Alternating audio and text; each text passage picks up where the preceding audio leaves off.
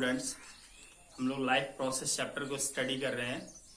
Life process chapter में हमने discuss किया था कि हमें 4 इम्पॉर्टेंट लाइफ प्रोसेसेस के बारे में स्टडी करना है। पहला था हमारा न्यूट्रिशन, दूसरा अभी हम लोग जो सीखेंगे वो होगा रेस्पिरेशन। इसके बाद 2 और इम्पॉर्टेंट लाइफ प्रोसेसेस होंगे, एक होगा आपका ट्रांसपोर्टेशन और एक एक्सक्रीशन। ठीक है, तो न्यूट्रिशन में हमने क्या सीखा था कि ऑर्गेनिज्म जो होता है वो फूड को इनटेक करता है, ठीक है, और उसका यूज करता है एनर्जी के लिए, ग्रोथ के लिए और फिर रिपेयरिंग के लिए। जैसे कोई टिश्यू डैमेज हो गया, ठीक है, तो उस टिश्यू को रिप्लेस करना होता है, पुराना टिश्यू को हटा के नया टिश्यू बनना होता है, तो उसके लिए भी फूड की नीड होती है। ठीक है, तो चलिए आज हम ये जानेंगे कि जो फूड ऑर्गेनिजम्स इनटेक करते हैं उससे एनर्जी कैसे मिलती है और कौन से प्रोसेस से मिलती है। ठीक है, तो आपने सीखा होगा या पढ़ा होगा कि न्यूट्रिशन जो होता है उसमें एक ऑर्गेनिज्म जो है, मान लेते हैं ये कोई ह्यूमन बीइंग है,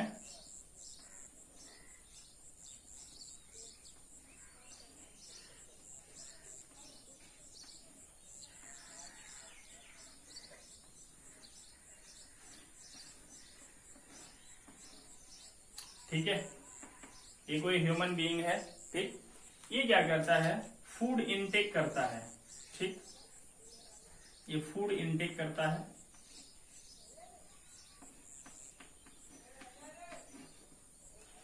अब हमने पढ़ा था कि ये फूड का ब्रेक डाउन करता है, यानी कि उसे सिंपलर फॉर्म में लाता है, जिसको हम डाइजेशन कहते हैं। और डाइजेशन के बाद हमने सीखा था, जैसे ये फूड इसके बॉडी में आया, यहाँ पे डाइजेस्ट हो गया। अब डाइजेस्टेड फूड को हमने पढ़ा था कि एब्जॉर्प्शन होता है, यानी कि हमारा जो बॉडी होता है, हमारा ही नहीं कोई भी ऑर्गेनिज्म का बॉडी होता है, वो डाइजेस्टेड फूड को क्या कर लेता है, वो अब्जॉर्ब कर लेता है। अब जब ये फूड इसके बॉडी में एब्जॉर्ब हो जाता है, डाइजेस्टेड फूड, ठीक है, डाइजेस्टेड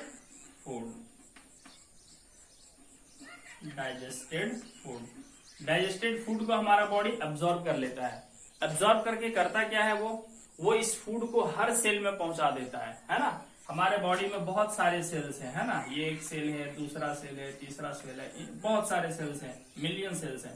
तो ये डाइजेस्टेड फूड हमारे सेल में चला जाता है, ठीक, ब्लड के जरिए, है ना। ब्लड जो है वो सेल तक पहुंचा देता है। मैंने ये भी बताया था एब्जॉर्प्शन में कि जो ह्यूमंस का जो स्मॉल इंटेस्टाइन है और लार्ज इंटेस्टाइन, उसमें वीलस होता है ना, वीलस, और ज्यादा नंबर में हो तो उसे विलाई बोलते हैं हम लोग।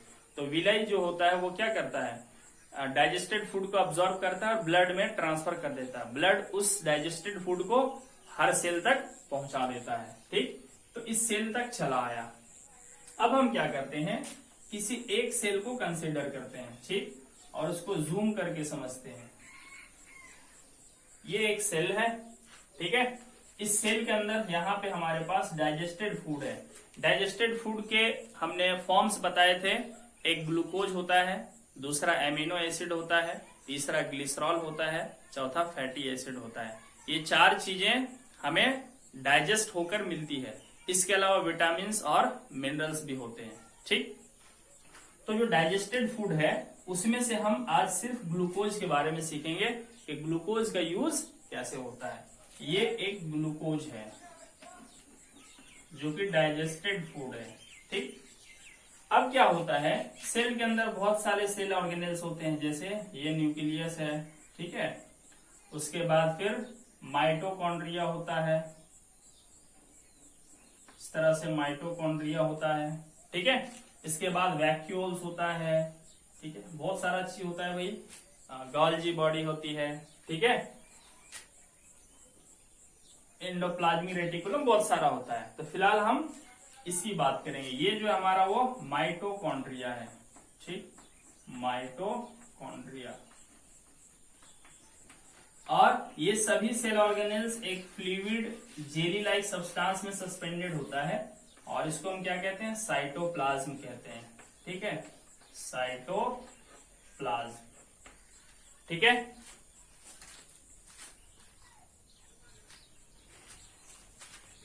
अब देखिए क्या होता है, ये ग्लूकोज हमारे सेल के अंदर मौजूद रहता है, अब इस ग्लूकोज का फर्दर ऑक्सीडेशन होता है, यानी कि ये ग्लूकोज और छोटे छोटे फॉर्म में टूटता है, और जब ये और छोटे छोटे फॉर्म में टूटता है तो यहाँ पे एनर्जी रिलीज होती है। ठीक, तो ग्लूकोज के छोटे छोटे फॉर्म में टूटने से जो एनर्जी रिलीज होती है, इस प्रोसेस को ये हम कहते हैं रेस्पिरेशन। ठीक है, हम एक चीज कंफ्यूज कर जाते हैं, ब्रीदिंग क्या होता है, वो एक अलग चीज है जो कि हम इसके अगले टॉपिक पे हम आपको बताएंगे। ठीक है, रेस्पिरेशन का सीधा सीधा सा मतलब है, अब ग्लूकोज भी ब्रेक डाउन हो जाता है छोटे छोटे टुकड़ों में, है ना, और इस समय यहाँ पे एनर्जी रिलीज होती है, और इसी एनर्जी से सेल के अंदर का सारा प्रोसेस होता है। ठीक, अब ये जो ग्लूकोज टूटता है छोटे छोटे टुकड़ों में, है ना, ये 3 तरीकों से टूटता है, 3 अलग अलग सिचुएशंस में टूटता है। आइए हम इस चीज को समझ लेते हैं। ठीक, देखिए क्या होता है, जो फूड हमारे बॉडी के अंदर अब्जॉर्ब होता है उसमें से ग्लूकोज टूटता है। ठीक है, अब देखिए ग्लूकोज जो टूटता है तो सबसे पहले जैसे ही ग्लूकोज हमारे साइटोप्लाज्म के अंदर चला आता है, ठीक है, जैसे ही ग्लूकोज हमारे साइटोप्लाज्म के अंदर चला आता है, ये एक 3 कार्बन मॉलिक्यूल में टूट जाता है, जिसको हम पायरुवेट या पायरुविक एसिड कहते हैं।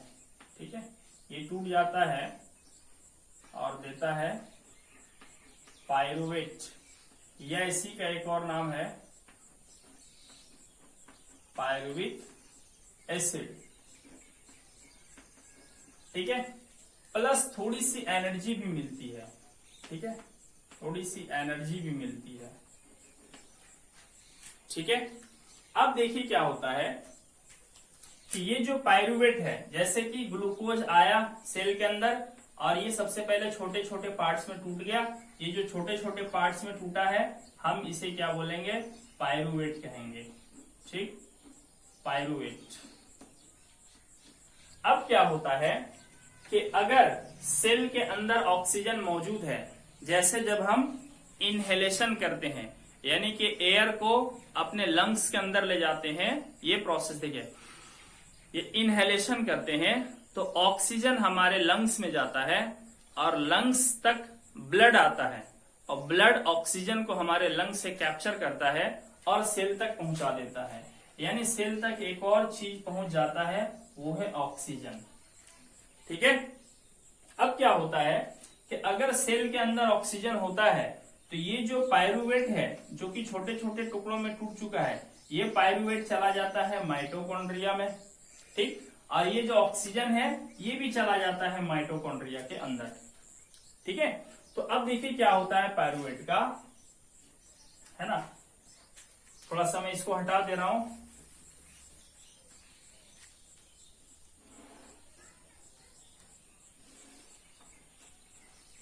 In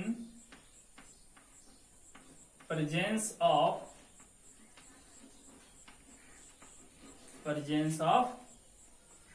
ऑक्सीजन, अगर ऑक्सीजन रह जाता है सेल के अंदर तो देखिए क्या होता है, माइटोकॉन्ड्रिया में क्या होता है,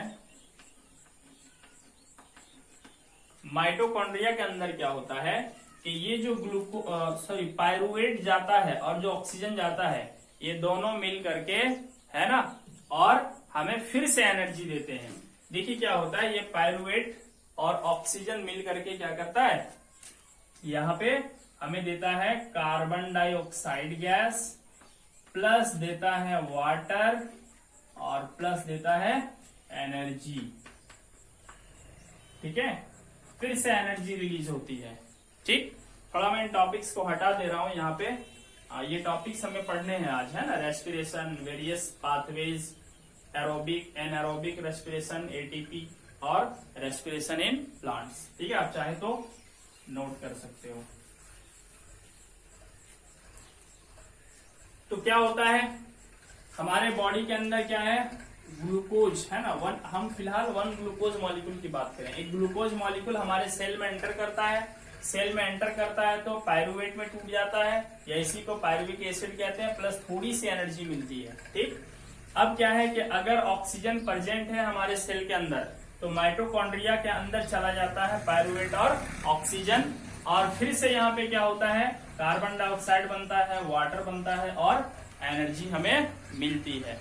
ठीक है, अब देखिए क्या है,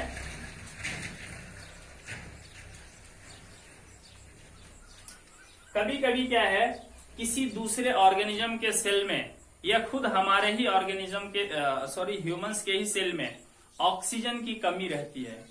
ठीक है, तो हमारे बॉडी में जब ऑक्सीजन की कमी होती है या हमारे सेल में ऑक्सीजन की कमी होती है, उसका एक अलग केस है, हम अभी डिस्कस करेंगे। अब मान लेते हैं दूसरा ऑर्गेनिज्म, जैसे कि यीस्ट। यीस्ट के बारे में सुना होगा आपने। यीस्ट एक यूनिसेलुलर ऑर्गेनिज्म है। ठीक, यीस्ट एक यूनिसेलुलर ऑर्गेनिज्म है, यानी एक ऐसा ऑर्गेनिज्म जिसमें एक ही सेल होते हैं। ठीक, तो यीस्ट में क्या होता है कि ऑक्सीजन नहीं होता है। ठीक, ऑक्सीजन वो नहीं लेता है, ऐसे कंडीशंस में रहता है कि उसे ऑक्सीजन नहीं मिलता है, बट उसे भी एनर्जी चाहिए, है ना। एनर्जी तो यीस्ट को भी चाहिए, हर ऑर्गेनिज्म को एनर्जी चाहिए। सेल के अंदर जो भी प्रोसेसेस होते हैं उसे कंप्लीट करने के लिए एनर्जी हर हाल में चाहिए। तो यीस्ट के बॉडी में ये तो बन जाता है पायरुवेट, है ना, ग्लूकोज के पहुंचने से पायरुवेट बन जाता है और थोड़ी सी एनर्जी मिल जाती है, लेकिन और एनर्जी चाहिए उसे। तो पायरुवेट का फिर से ऑक्सीडेशन होता है। ठीक है, पायरुवेट का फिर से ऑक्सीडेशन होता है, यानी कि ये और ब्रेक डाउन होता है और फिर से एनर्जी देती है। बट इस बार क्या है, यीस्ट में ऑक्सीजन नहीं होता है। तो इन एब्सेंस ऑफ ऑक्सीजन, ठीक है, ऑक्सीजन के एब्सेंस में अब देखिए क्या होता है, बन जाता है एल्कोहल। ठीक है, C2H5OH, इसी को हम एल्कोहल या इथेनॉल कहते हैं। ठीक है, हमें मिलता है ethanol plus carbon dioxide plus energy, इस प्रोसेस में भी हमें मिलती है।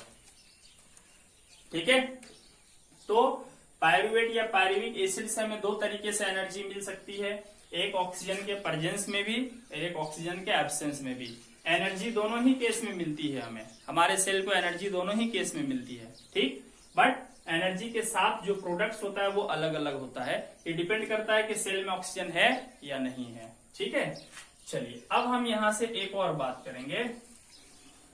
ये तो हो गया यीस्ट में।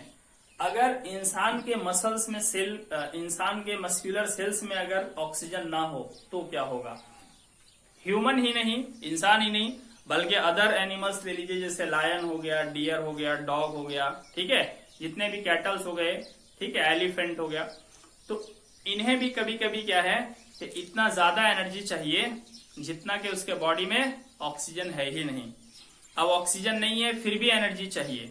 ठीक है, तो ऐसे केस में क्या होता है, हमारे सेल में बगैर ऑक्सीजन के भी हमें एनर्जी मिल जाती है, लेकिन इस केस में देखिए क्या होता है, प्रोडक्ट्स अलग अलग मिलेगा। ठीक है, जैसे अब हम बात कर रहे हैं लैक ऑफ ऑक्सीजन, यानी कि ऑक्सीजन की कमी होती है हमारे बॉडी के अंदर। ठीक है, मसल्स की हम बात कर रहे हैं, इन मसल्स, ह्यूमन मसल्स भी हो सकता है, कुछ अदर एनिमल्स का भी मसल्स हो सकता है। तो ऐसे केस में हमारे बॉडी के अंदर जो बनता है वो बनता है लैक्टिक एसिड। लैक्टिक एसिड बनता है प्लस हमें मिलती है एनर्जी। ठीक है, चलिए अब हम थोड़ा सा इन सिचुएशंस को डील कर लेते हैं कि कब इस तरह से हमें एनर्जी मिलेगी। ठीक है, अब देखिए क्या है, नॉर्मली जब हम लोग घर में बैठे रहते हैं या पढ़ाई कर रहे होते हैं तो उस समय हमें कम एनर्जी की जरूरत होती है। ठीक, अब जब कम एनर्जी की जरूरत होती है तो हम नॉर्मली जो ब्रीदिंग करते हैं, जो इनहेलेशन करते हैं, ऑक्सीजन अंदर ले जाते हैं, है ना, उस ऑक्सीजन से रेस्पिरेशन हो जाता है। ठीक है, रेस्पिरेशन हो जाता है और हमें एनर्जी मिल जाती है। ठीक है, अब देखिए क्या है कि अचानक मुझे मान लीजिए दौड़ने की जरूरत पड़ गई, मेरे पीछे कुत्ता पड़ गया। ठीक है, अब जब दौड़ना हो मुझे तो बहुत ज्यादा एनर्जी चाहिए होता है, लेकिन ऑक्सीजन एक लिमिटेड अमाउंट में ही हम लोग ले पाते हैं बॉडी के अंदर, और उतने ऑक्सीजन से हमें उतना एनर्जी नहीं मिल पाता जितना कि मुझे भागने के लिए जरूरी है। तो ऐसे केस में क्या होता है, हमारे मसल्स में ऑक्सीजन की कमी आ जाती है। और जब हमारे मसल्स में ऑक्सीजन की कमी आ जाती है ना, लैक का मतलब कमी होता है, जब हमारे मसल्स में ऑक्सीजन की कमी आ जाती है तो हमारे बॉडी में इस तरह से एनर्जी मिलती है। किस तरह से? पायरूवेट डिकम्पोज होकर के लैक्टिक एसिड और एनर्जी देता है।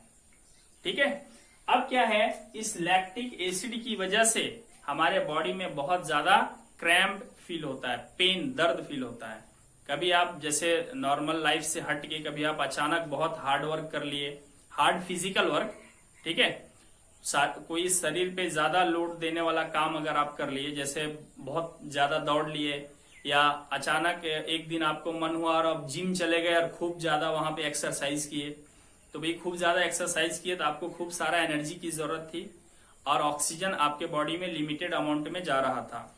तो वैसे में आपके बॉडी के अंदर जो एनर्जी मिल रही थी वो इस प्रोसेस से मिल रही थी, है ना, ग्लूकोज से पायरूवेट, और पायरूवेट से क्या क्या बन रहा था, लैक्टिक एसिड और एनर्जी। और जब लैक्टिक एसिड्स आपके मसल्स में बन जाते हैं तो मस्क्यूलर क्रैम्प्स होने लगता है, कहने का मतलब मसल्स में दर्द होने लगेगा आपको। ठीक है, तो लैक्टिक एसिड क्या करता है, ये काउजेज मस्क्यूलर क्रैम्प्स। ठीक है, लैक्टिक एसिड बनने की वजह से मस्क्यूलर क्रैम्प्स होने लगता है, प्लस आपको एनर्जी मिल जाती है। ठीक है, चलिए अब यहां पे हम क्या देख रहे हैं, अब हम थोड़ा सा रेस्पिरेशन को डिफाइन कर लेंगे कि रेस्पिरेशन एक्चुअल में होता क्या है। ठीक है,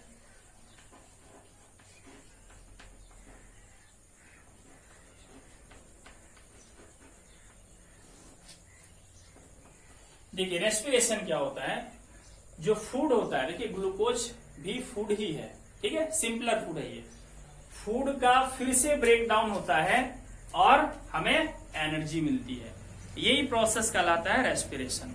ठीक है, रेस्पिरेशन बहुत ही सिंपल सा डेफिनेशन, रेस्पिरेशन क्या है, break down of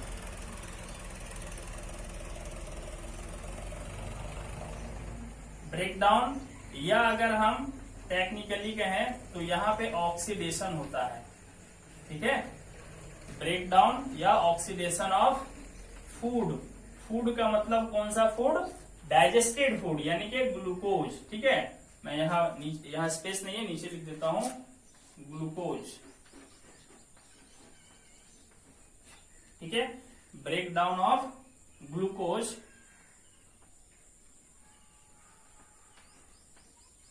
to give energy is called respiration।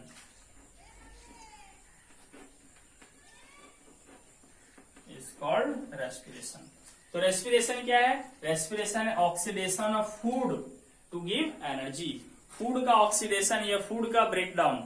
अब आप कंफ्यूज नहीं होना है, आप डाइजेशन में भी ये लिखे थे कि ब्रेक डाउन ऑफ फूड, और यहां भी हम लोग लिख रहे हैं क्या, ब्रेक डाउन ऑफ फूड। तो फर्क क्या है, फर्क ये है कि वहां पे लिखा हुआ था break down of food, complex food into simpler food, यानी कॉम्प्लेक्स फूड का सिंपल फूड में ब्रेक डाउन होना डाइजेशन कहलाता है। लेकिन यहाँ पे फूड का ब्रेक डाउन तो हो रहा है लेकिन एनर्जी के लिए, है ना, सिंपल फॉर्म में बदलने के लिए यहाँ ब्रेक डाउन नहीं हो रहा है।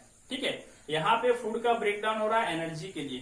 तो जब फूड का ऑक्सीडेशन एनर्जी के लिए होता हो तो ये प्रोसेस कहलाता है रेस्पिरेशन, और अगर कॉम्प्लेक्स फूड का ब्रेकडाउन सिंपलर फूड में बदलने के लिए हो तो वो कहलाता है डाइजेशन, जो कि न्यूट्रिशन का एक पार्ट है। ठीक है, तो रेस्पिरेशन का डेफिनेशन क्या कहता है कि फूड का या ग्लूकोज का ब्रेकडाउन होगा या ऑक्सीडेशन होगा और उससे हमें एनर्जी मिलती है। अब आप देख सकते हो यहाँ पे क्या था भाई, ग्लूकोज जो कि क्या है, फूड है, इसका ब्रेकडाउन हो रहा है और हमें क्या मिल रहा है, एनर्जी मिल रहा है। इसलिए ये तीनों क्या है, रेस्पिरेशन के एग्जाम्पल्स हैं। ठीक, तो इस तरह से ग्लूकोज जो है वो तीन तरीके से, है ना, एनर्जी दे सकता है। तो कभी कभी डायग्राम छापने के लिए आता है, हेडिंग रहेगा कि draw two show various paths of breakdown of glucose. Breakdown of glucose. ठीक है, ये टॉपिक है भाई। ग्लूकोज के ब्रेकडाउन होने के अलग अलग पाथ कौन से हैं, ये आप ड्रॉ करके हमें बताइए। ठीक है, तो ये रेस्पिरेशन होता है स्टूडेंट्स। चलिए अब हम यहाँ पे कुछ इंपॉर्टेंट चीजें सीख लेते हैं। आप चाहे तो इस डेफिनेशन को, उस डायग्राम को ड्रॉ कर सकते हैं। चलिए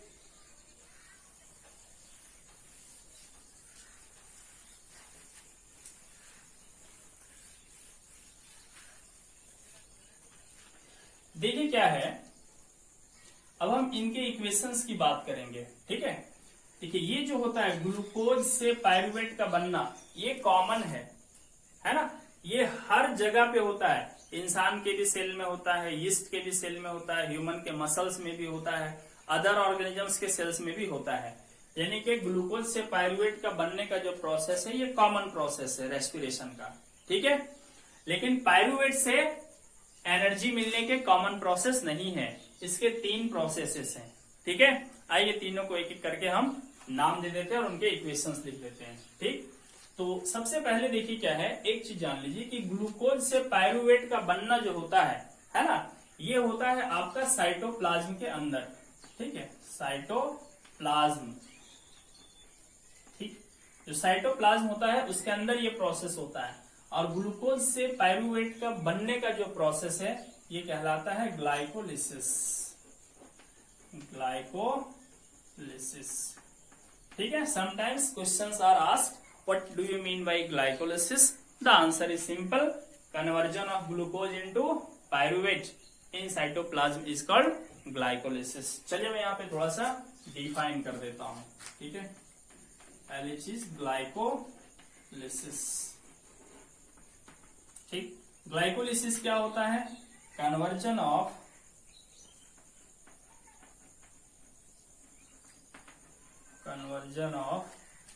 ग्लूकोज,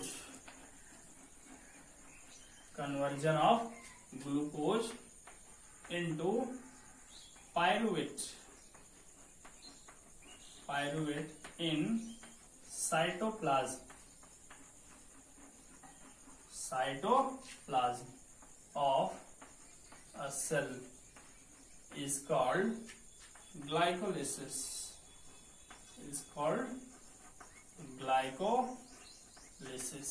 अगर हम ग्लाइकोलिसिस का इक्वेशन लिखना चाहें तो देखिए बहुत आराम है।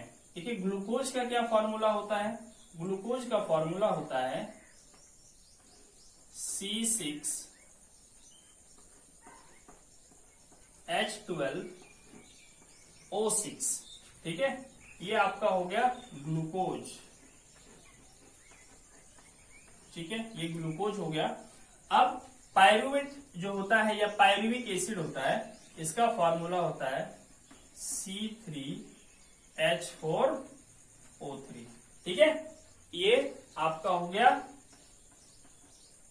पायरुवेट, या इसी को पायरुविक एसिड भी कहते हैं। प्लस आपको क्या मिल जाएगी, थोड़ी सी एनर्जी मिल जाएगी। ठीक है, अब देखिए स्टूडेंट्स क्या होता है, मैं बताऊंगा आपको डिटेल से एटीपी के बारे में। जो एनर्जी निकलती है ना, ये एनर्जी तुरंत हमारा सेल सबका सब यूज नहीं कर लेता है ना। बहुत सारा एनर्जी रिलीज होता है तो थोड़ा सा तो तुरंत यूज हो जाता है, बाकी जो बैलेंस एनर्जी होता है ना, ये एटीपी के फॉर्म में स्टोर हो जाता है। ठीक है, ये एटीपी क्या होता है हम अभी थोड़ी देर में बताएंगे आपको। तो जो एनर्जी मिलती है ना, उससे एटीपी बनता है और उस एटीपी के अंदर एनर्जी होती है। तो इतनी एनर्जी इस प्रोसेस में रिलीज होता है कि 2 एटीपी बन सकता है। ठीक है, ये एटीपी एनर्जी के मॉलिक्यूल्स होते हैं, तो 2 एनर्जी के मॉलिक्यूल्स बन सकते हैं। इतना एनर्जी इस प्रोसेस में रिलीज होता है, तो ये ग्लाइकोलिसिस हो गया। ठीक है, इसको आप देख सकते हैं, ये 3 कार्बन मॉलिक्यूल है ना। पायरुवेट जो है वो क्या है, 3 कार्बन मॉलिक्यूल। ठीक, जबकि ग्लूकोज क्या है, ये 6 कार्बन मॉलिक्यूल है, 6 कार्बन मॉलिक्यूल है ये। ठीक है, ग्लूकोज 6 कार्बन मॉलिक्यूल है और ये 3 कार्बन मॉलिक्यूल है। ठीक है, चलिए अब हम देख लेते हैं एरोबिक रेस्पिरेशन क्या होता है। ठीक है।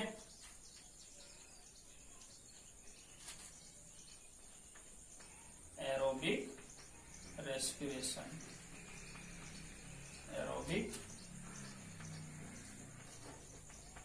रेस्पिरेशन।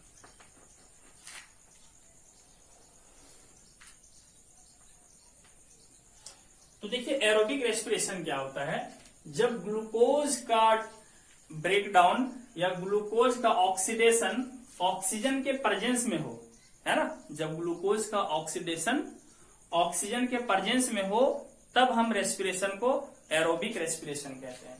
ठीक है, तो एरोबिक रेस्पिरेशन की क्या डेफिनेशन हो जाएगी, ऑक्सीडेशन ऑफ, ऑक्सीडेशन को ही ब्रेकडाउन भी कह सकते हैं आप। यहाँ पे ध्यान रहे, आप बायोलॉजी के चैप्टर में तो ब्रेकडाउन कह सकते हैं ऑक्सीडेशन को, लेकिन केमिस्ट्री का जो चैप्टर था ना, हम लोग पढ़े थे केमिकल रिएक्शंस एंड इक्वेशंस, वहां आप नहीं कह सकते। ठीक, तो क्या हो जाएगा, oxidation of glucose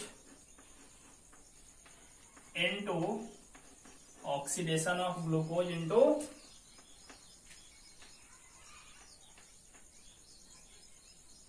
oxidation of glucose to give energy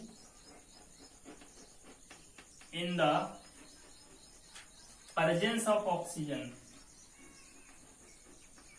in the presence of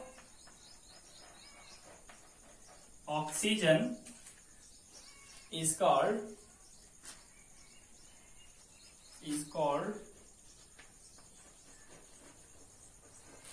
aerobic respiration, aerobic respiration. ठीक है, अगर ग्लूकोज का ऑक्सीडेशन ऑक्सीजन के प्रेजेंस में हो रहा है तो इसे हम एरोबिक रेस्पिरेशन कहते हैं। और ध्यान दीजिए ये चीज माइटोकॉन्ड्रिया के अंदर होती है। ठीक है, it takes place in mitochondria, it takes place in mitochondria।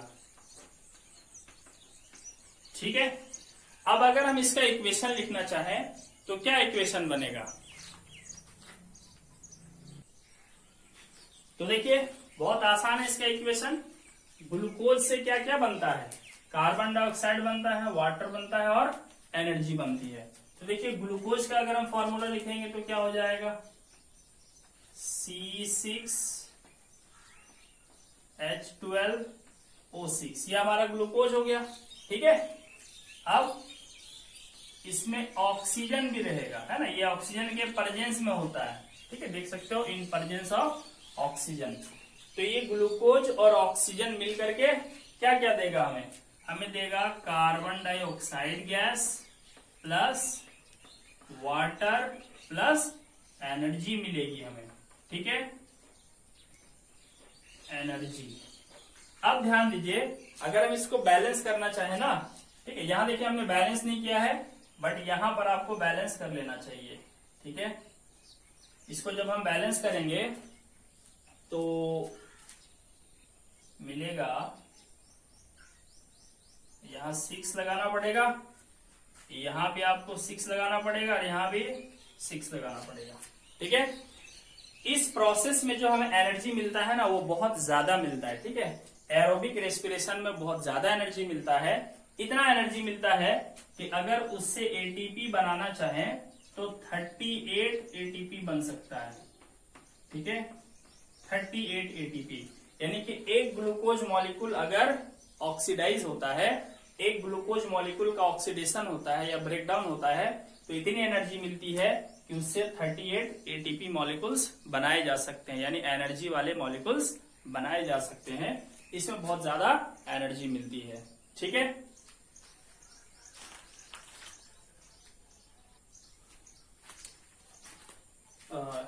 यहाँ पे थोड़ा सा मिस्टेक है, यहाँ पे 6 होगा ग्लूकोज। ठीक है, ओके, तो स्टूडेंट्स हमने क्या देखा कि एरोबिक रेस्पिरेशन के अंदर हमें बहुत ज्यादा एनर्जी मिलती है और ये रेस्पिरेशन हमारा माइटोकॉन्ड्रिया के अंदर होता है। ठीक, चलिए अब हम इसका एक और देख लेते हैं, एक और जो तरीका है बगैर ऑक्सीजन वाला। इन चीजों को आप अपने नोटबुक में लिखते जाइए, बेहतर होगा। चलिए नेक्स्ट अब हम देख लेते हैं एनएरोबिक रेस्पिरेशन। एनएरोबिक रेस्पिरेशन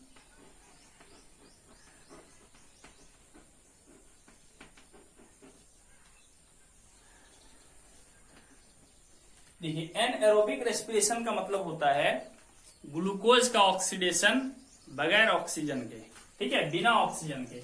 देखिए ये वाला पार्ट ग्लूकोज है ना, उसका ऑक्सीजन के एब्सेंस में कोई चीज का बनना और एनर्जी मिलना। तो देखिए ये भी एनारोबिक है, ये भी एनारोबिक, क्योंकि यहां भी ऑक्सीजन नहीं है, यहां भी ऑक्सीजन नहीं है, ठीक है।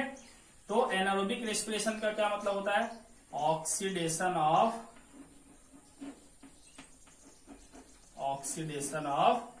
Glucose, oxidation of glucose to give energy,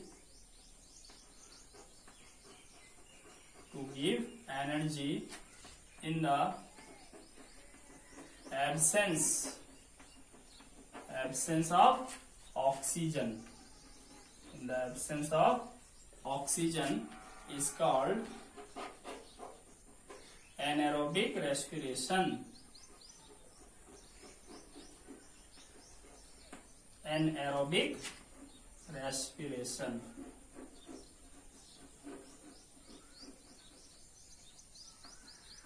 ठीक है। अब इसका अगर हम इक्वेशन लिखना चाहें तो देखिए क्या होगा। ग्लूकोज मॉलिक्यूल हमारे पास जो कि होता है C6H12O6, ठीक है। अब ऑक्सीजन के एब्सेंस में, ऑक्सीजन यहाँ पे नहीं लेना हमें, ठीक है, क्या क्या बन सकता है? एथेनॉल बनेगा, यानी कि C2H5OH एथेनॉल बनेगा, प्लस क्या बनेगा? कार्बन डाइऑक्साइड प्लस एनर्जी, ठीक है। अब यहां पे देखिए क्या है, अगर हम इसको बैलेंस करना चाहें तो यहां 2 लगा देंगे, 2 2 जा 4 कार्बन, और यहां भी हम 2 लगा देंगे, ठीक है। अब ये बैलेंस्ड है, चेक कर लेते हैं एक बार। तो ये चेक करने पे बैलेंस मिलता है, ठीक है। अब ये जो चीज होता है ये किस में होता है? ये यीस्ट में होता है, ध्यान दीजिए। ये वाला जो एनारोबिक रेस्पिरेशन होता है ये यीस्ट में होता है, ठीक। अच्छा, मसल्स में भी एनारोबिक रेस्पिरेशन होता है बगैर ऑक्सीजन के। तो उसका अगर हम इक्वेशन लिखना चाहें तो क्या हो जाएगा? देखिए ग्लूकोज तो रहेगा इनिशियली C6H12O6, ठीक है। अब हम बात करें ये मसल्स में होता है, ठीक है, मसल्स के अंदर, ठीक है। ह्यूमन मसल्स या अदर एनिमल्स का भी मसल्स हो सकता है। तो यहाँ पे ना लैक्टिक एसिड बनता है। तो देखिए लैक्टिक एसिड का फॉर्मूला होता है C3H6O3, ठीक है। ये लैक्टिक एसिड बनता है, प्लस हमको क्या मिलता है? एनर्जी मिलता है, ठीक। जब आप इसको बैलेंस करना चाहोगे तो यहाँ पे आपको 2 लगा देना पड़ेगा। और ये जो चीज आप देख रहे हो ये क्या है? ये है लैक्टिक एसिड, और इसी की वजह से मस्क्यूलर क्रैम्प्स हम फील करते हैं, ठीक, लैक्टिक एसिड। अच्छा, अब इन प्रोसेसेस में जो एनर्जी मिलती है उससे कितना एटीपी मॉलिक्यूल्स बन सकता है? तो सिर्फ 2, है ना, 2 एटीपी बन सकता है, और इस वाले एनर्जी से भी आपको 2 ही एटीपी मिल सकता है। कहने का मतलब है जो एनएरोबिक रेस्पिरेशन होता है इसमें ग्लूकोज तो बराबर खर्च होता है 1 मॉलिक्यूल, लेकिन एनर्जी बहुत कम मिलती है, ठीक है। तो बेहतर तरीके का रेस्पिरेशन कौन हुआ? एरोबिक हुआ। उसमें तो एक ग्लूकोज मॉलिक्यूल के ऑक्सीडेशन से हमें क्या होता है? 38 एटीपी मॉलिक्यूल्स बनने लायक एनर्जी मिल जाती है, ठीक है।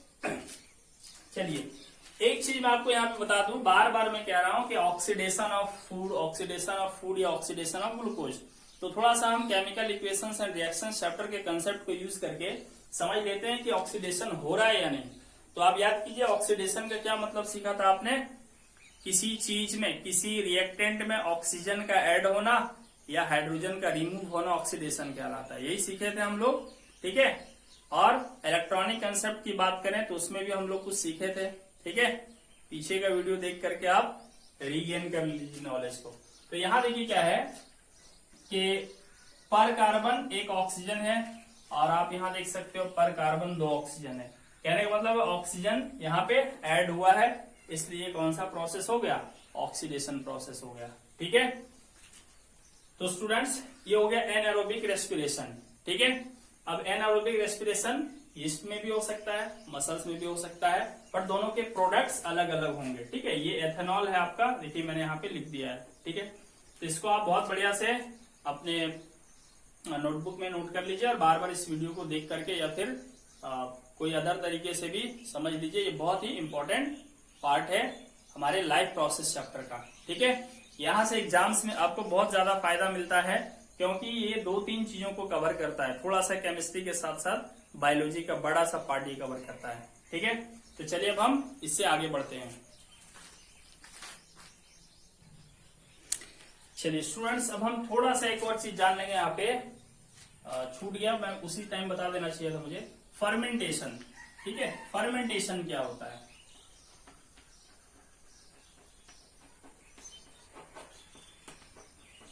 तो स्टूडेंट्स फर्मेंटेशन जो है वो एनएरोबिक रेस्पिरेशन का ही दूसरा नाम है, ठीक है।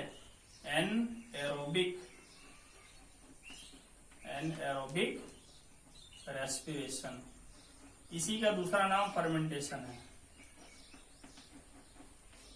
ठीक है। बट मैं थोड़ा सा यहाँ पे एक चीज और बता दूं आपको फर्मेंटेशन के साथ साथ, ठीक है। फर्मेंटेशन में क्या होता है, जो ग्लूकोज होता है, ठीक है, ग्लूकोज होता है। अभी आपने देखा होगा एनारोबिक रेस्पिरेशन का इक्वेशन हमने लिखा था कि ग्लूकोज का ब्रेकडाउन होता है और मिलता है हमें एथेनॉल, ठीक है। एथेनॉल मिलता है plus carbon dioxide gas plus क्या मिलता है, एनर्जी मिलता है, ठीक। तो कई बार फर्मेंटेशन को ऐसे डिफाइन किया जाता है, conversion of glucose into ethanol is called fermentation. But जो एरोबिक रेस्पिरेशन का डेफिनेशन है ना, उसी को हम फर्मेंटेशन कहेंगे इस चैप्टर में। हालांकि आप ऐसे भी कह सकते हो, है ना, फर्मेंटेशन को आप ऐसे भी डिफाइन कर सकते हो, कन्वर्जन ऑफ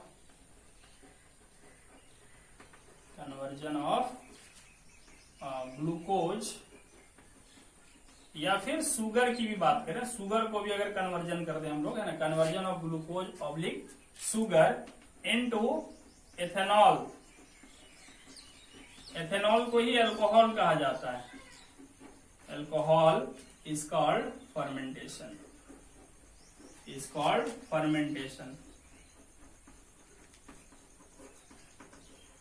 ठीक है। तो फर्मेंटेशन क्या है भाई, तो सीधा सीधा आंसर जानो, चीनी से दारू बनाना, ठीक है। चीनी से दारू या अल्कोहल, शराब, ठीक है। तो शुगर से अल्कोहल का बनाने का प्रोसेस क्या कहलाता है, फर्मेंटेशन कहलाता है, ठीक है। या फिर कह सकते हो कि ग्लूकोज से एथेनॉल का बनना क्या कहलाता है, फर्मेंटेशन। और ये कहाँ होता है, यीस्ट के अंदर यही होता है, ठीक है। चलिए, तो अब हम लोग थोड़ा सा आगे बढ़ेंगे यहां से, और फर्मेंटेशन का इक्वेशन लिखना हो तो ये इक्वेशन हो जाएगा, ठीक है। ग्लूकोज का फॉर्मूला लिख दोगे C6H12O6, एथेनॉल का फॉर्मूला लिख दोगे C2H5OH, देखिए वो है, प्लस आगे लिखा हुआ है, ठीक। तो फर्मेंटेशन भी याद रखिएगा एक टाइप का रेस्पिरेशन ही है, यानी कि एनर्जी रिलीज होने का प्रोसेस है, ठीक। अब देखिए क्या है, ये जो एनर्जी रिलीज होती है, ये एनर्जी तुरंत हमारे बॉडी में यूज हो जाता है या इसका कुछ पार्ट ही यूज होता है। तो चलिए देख लेते हैं। ये क्या है, एक सेल है, ठीक। अब सेल के अंदर हमने अभी पढ़ा कि एनर्जी हमें मिलती है, ठीक है। ये एनर्जी हमें मिल गई, रेस्पिरेशन हुआ, एनर्जी मिल गई, ठीक। अब क्या होगा भाई, एनर्जी मिल गई तो ये एनर्जी क्या तुरंत यूज कर लेगा हमारा बॉडी? तो ऐसा नहीं है, इसका एक छोटा सा पार्ट हमारा बॉडी यूज करता है, बाकी पार्ट को स्टोर करके रखता है, जमा करके रखता है। तो देखते हैं ये स्टोरेज कैसे होता है, ठीक। तो जो एनर्जी मिल गई, अब क्या होता है हमारे सेल के अंदर, है ना, पाया जाता है ADP, जिसका फुल फॉर्म होता है, एडेनोसिन डाइफॉस्फेट,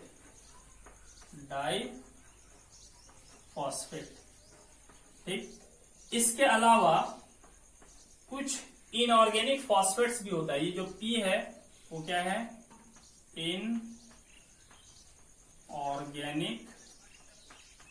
फॉस्फेट। तो क्या होता है कि हमारे सेल के अंदर जो ADP होता है और इनऑर्गेनिक फॉस्फेट होता है ना, ये दोनों कंबाइन होने लगते हैं, है ना। जो एनर्जी रिलीज होती है उस एनर्जी का यूज करके, ठीक है, उस एनर्जी का यूज करके ये ADP और P कंबाइन होकर के बनाने लगता है ATP, ठीक है। अब ATP का फुल फॉर्म होता है एडेनोसिन ट्राइफॉस्फेट, ठीक। देखिए, डाई का मतलब होता है दो, यानी कि यहाँ दो फॉस्फेट है, अब उसमें एक और फॉस्फेट जुड़ गया तो क्या हो गया, ATP, यानी कि ट्राइफॉस्फेट। और ट्राई का मतलब क्या होता है, तीन फॉस्फेट।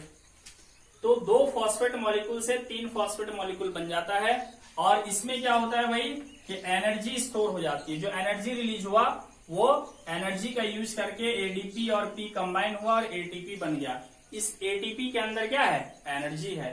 तो ATP को अगर हम डिफाइन करना चाहें तो क्या होता है, ATP is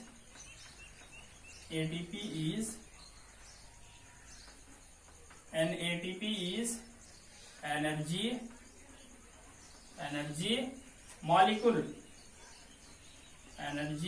molecule. It is energy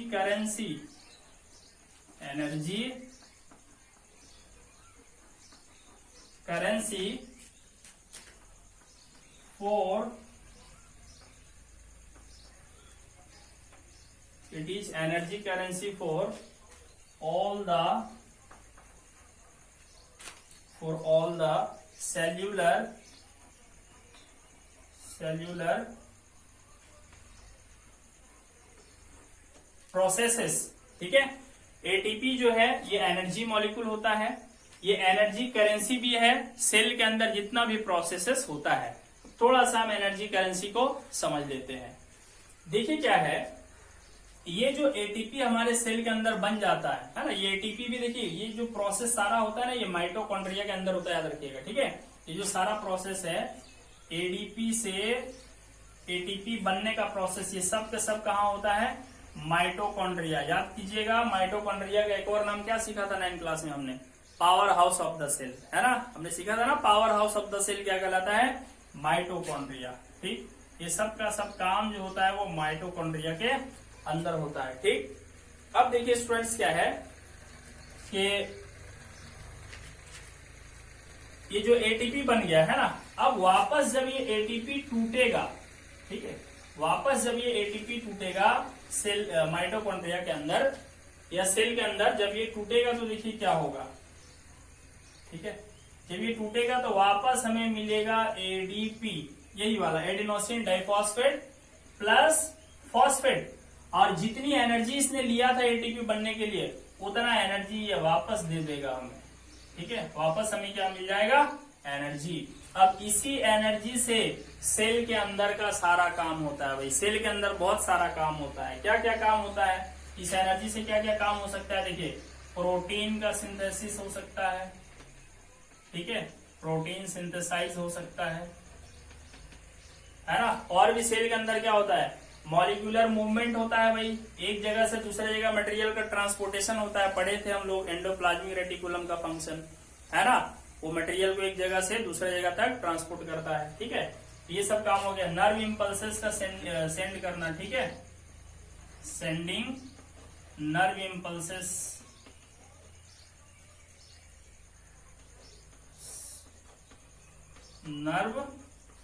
impulses, तो सेल के अंदर जो काम होना होता है ना, उसके लिए एनर्जी चाहिए होती है। ये एनर्जी हमें कहां से मिलेगी, ATP के टूटने से मिलेगी। यानी कि ATP खर्च होगा तो एनर्जी मिलेगी, अब भाई करेंसी का क्या काम होता है, मान लीजिए हमारे पास 10 रुपये हैं, तो पता है वो 10 रुपये क्या है, वो एक करेंसी है। जब हम उसे खर्च करेंगे तो उससे हमें एनर्जी मिल सकती है ना, उसको खर्च करेंगे तो हमारी जरूरत का सामान मिल सकता है। इसी तरह सेल को चाहिए होता है एनर्जी, और सेल के लिए एनर्जी के लिए सेल को क्या खर्च करना पड़ता है, एटीपी खर्च करना पड़ता है, क्योंकि एटीपी में ही एनर्जी जमा होता है।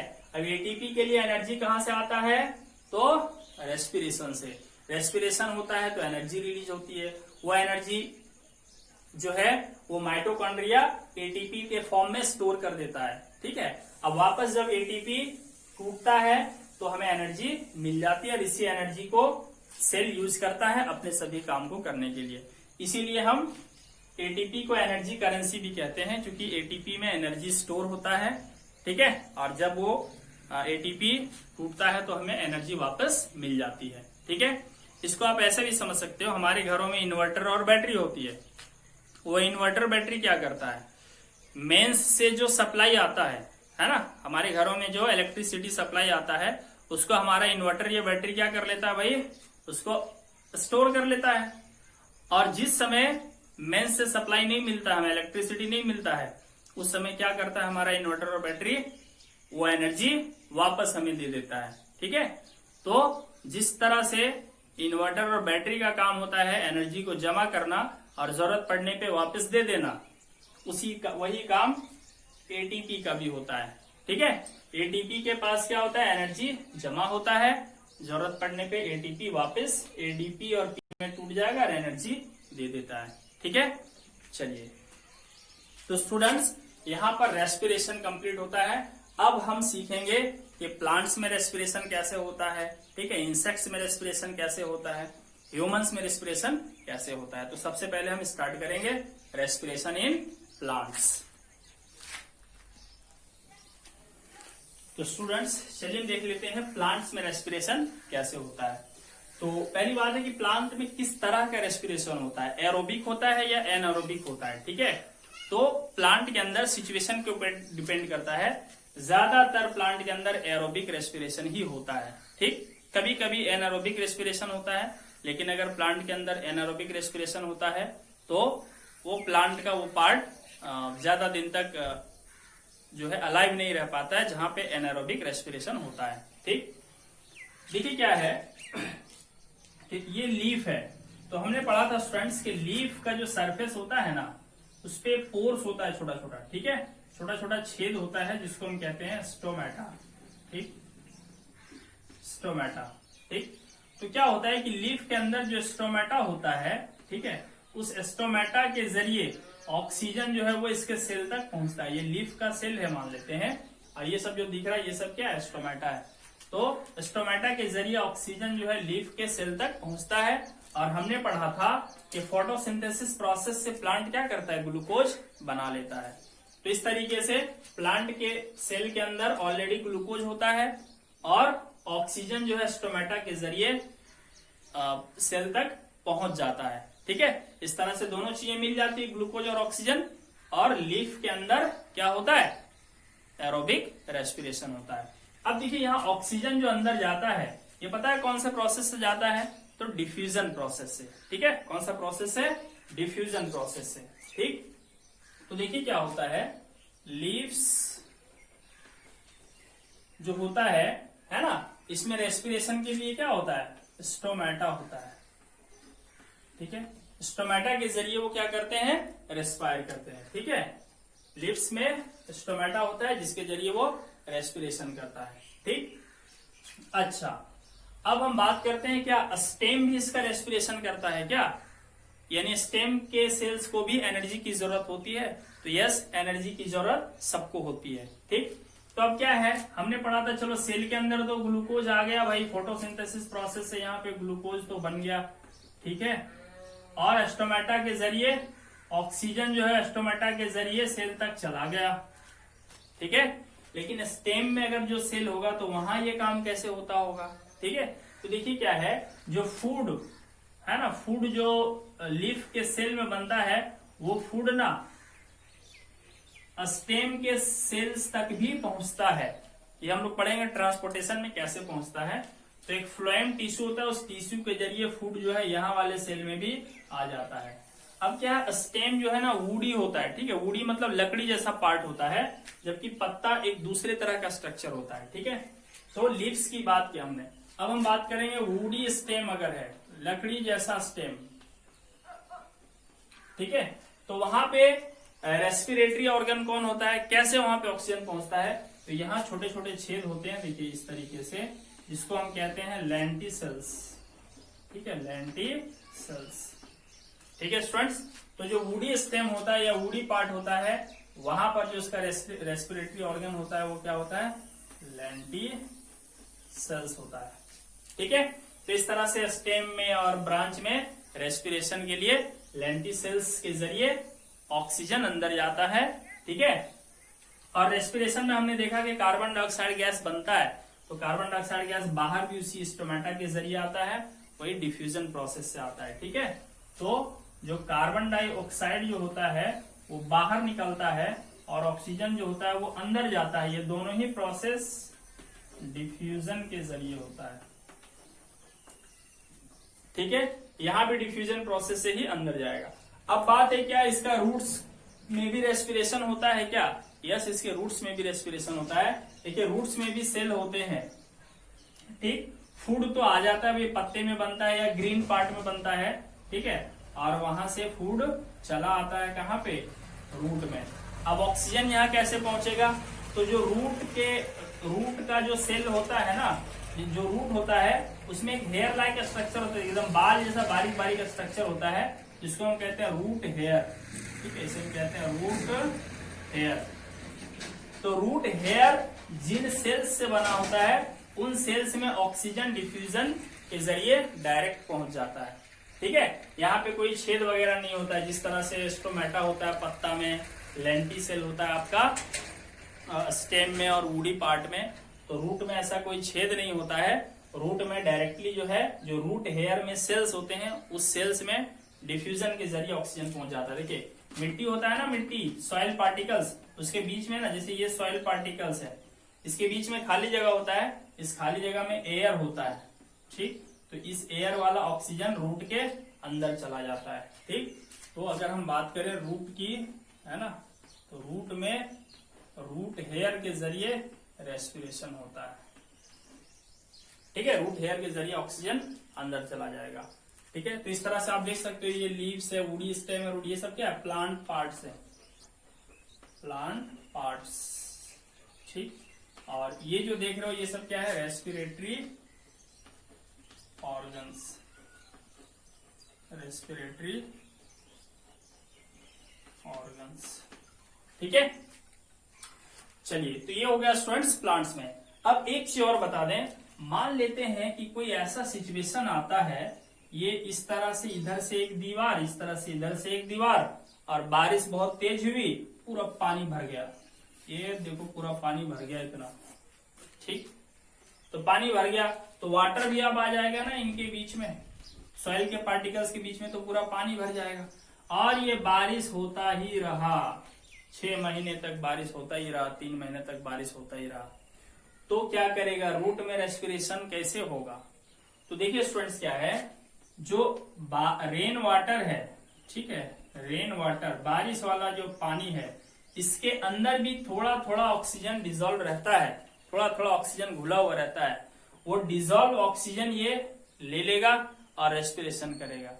लेकिन कोई सवाल ये करे कि सर ऑक्सीजन नहीं है ही नहीं इधर ऑक्सीजन, फिर ये रूट हेयर क्या करेंगे, या रूट क्या करेगा, कैसे रेस्पिरेशन करेगा। तो ऐसे केस में क्या होगा स्टूडेंट्स, बिना ऑक्सीजन के ही रेस्पिरेशन होने लगेगा, जो हम लोग पढ़ चुके हैं। अब बिना ऑक्सीजन का जब रेस्पिरेशन होने लगेगा तो यहाँ पे क्या बनने लगेगा, एथेनॉल बनने लगेगा, ठीक है। और जब एथेनॉल बनने लगेगा तो धीरे धीरे ये पेड़ का जो जड़ है वो क्या हो जाएगा, सड़ने लगेगा, ठीक है, डिकम्पोज होने लगेगा और प्लांट का डेथ हो जाएगा, ठीक। तो क्या है ना कि कभी भी किसी प्लांट के किनारे किनारे बहुत ज्यादा पानी भी नहीं जमना चाहिए, अदरवाइज रूट्स को सफिशिएंट ऑक्सीजन नहीं मिलने लगता है, इससे रूट के अंदर एनारोबिक रेस्पिरेशन होने लगता है और फिर एथेनॉल बनने की वजह से रूट पूरा खराब हो जाता है, सड़ने लगता है, अल्टीमेटली प्लांट की डेथ हो जाती है, ठीक, तो स्टूडेंट्स आज की क्लास में इतना ही। ठीक है, अब हम इसके बाद आगे बात करेंगे इंसेक्ट्स में रेस्पिरेशन और डिटेल से पढ़ेंगे ह्यूमंस में। तो एक पीरियड और लगेगा, हमारा रेस्पिरेशन टॉपिक जो है लाइफ प्रोसेस का वो कंप्लीट हो जाएगा। ठीक है, तो स्टूडेंट्स अगर आपको लगे कि नहीं ये इन्फॉर्मेटिव वीडियो है तो आप कोशिश कीजिए अदर्स तक शेयर करने का और खुद भी इसे सीखिए। Thank you.